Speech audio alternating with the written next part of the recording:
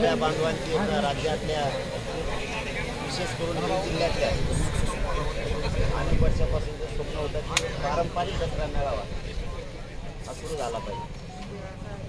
आणि मग शेवटी गडाने हाक मारली आणि राज्यातल्या भक्तांनी ऐकलं नाही असं माझ्या तरी कळण्यात झालेलं आहे. एक आवाज उठला की नारायणगडावरती पारंपरिक दसरा मेळावा झाला पाहिजे. काय असतं भाऊ, एखाद्या वेळेस आरक्षण जर मिळालं आणि हे विषय अनेक विषय मार्गी लागले तर आपल्याला बसायला जागा नाही. जुनी मन आहे, आपल्याला हक्काचं घर असलं पाहिजे, बसायला जागा असली पाहिजे. ते झाल्याच्या नंतर वर्षानुवर्ष आपल्याला कायम पिढ्यांना पार टिकून राहायचं. एक वाट पाहिजे होती आपल्याला जमायसाठी आणि आपल्या सगळ्या जनतेच्या नशिबानं नारायणगडाने उलट गोरगरिबांचा जो आवाज होता तो ऐकला.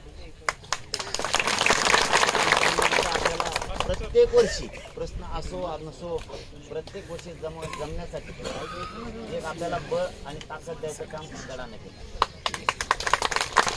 कोणी असो कोणी नसो आपल्यापैकी सुद्धा बोलतो, पण ही परंपरा मात्र आपल्याला टिकवायची. कारण या पवित्र भूमीवर बोललेले शब्द खाली पडू द्यायचे ते कायम टिकवायचे. ते राजकारण आपल्याला हे टिकवायचे कायम सुरू. आपल्या हिंदू धर्मात आपल्यावरती जे संस्कार हिंदू धर्मात झाले ती परंपरा आपल्याला कायम ठेवायची. या गडावर तिथं जातीचा राजकारणाचा संबंध नाही. आपण लेखाचा बोलत असतो राजकारण, काही विषय नाही. नाही म्हणलं की नाही, आई म्हणलं की मी खोटं बोलत नसतो. गडाची मी शक्यतो कोणाची खोटं बोलत नाही. कडक म्हणलं असतो आपलं तुमचं जमायचं नाही, मला बोलावं लागणार नाही म्हणजे नाही. इथं राजकीय आणि जातीचा विषय या गडावर होणार नाही. मराठ्यांकडून किंवा शेतकऱ्यांकडून किंवा 18 पगड जातीकडून ओबीसीकडून 12 बलुतेदारांकडून जातीचा विषय होणार नाही आणि आपल्याकडून तर नाहीच नाही.